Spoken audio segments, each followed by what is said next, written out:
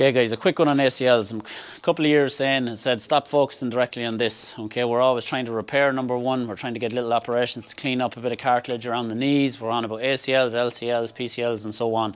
Okay, the range of motion the knee can do. When we look further up the chain, all this, again, at this stage we don't have to, I suppose, prove too much. You're following me now at this stage because you want to hear this outside of the box thinking. If you've done an ACL from an impact, fair enough, somebody came in and completely puts that knee across, there's no explaining that bar as a physical trauma to the knee.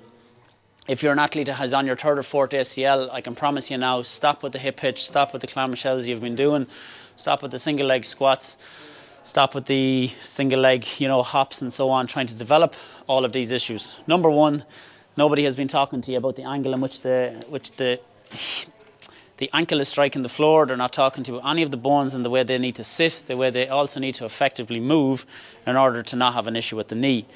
I have seen tons and tons of guys doing ACLs, and when they stand in front of me and say, let me guess which ACL it was your right. Back to this clip here again, a typical example of why an ACL will go.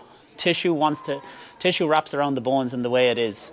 So it starts here, and it wraps around, okay? The flexors inside our body, okay, we've that many, compared to the glute, let's say we've 2 or 3 main movers that we talk about, and then we have all this tissue that's attaching to the ischium bone, and it comes on the short adductor, and then it comes on the long adductor, all the way down to here, okay? When an individual is landing, it is a lack of motor control, okay?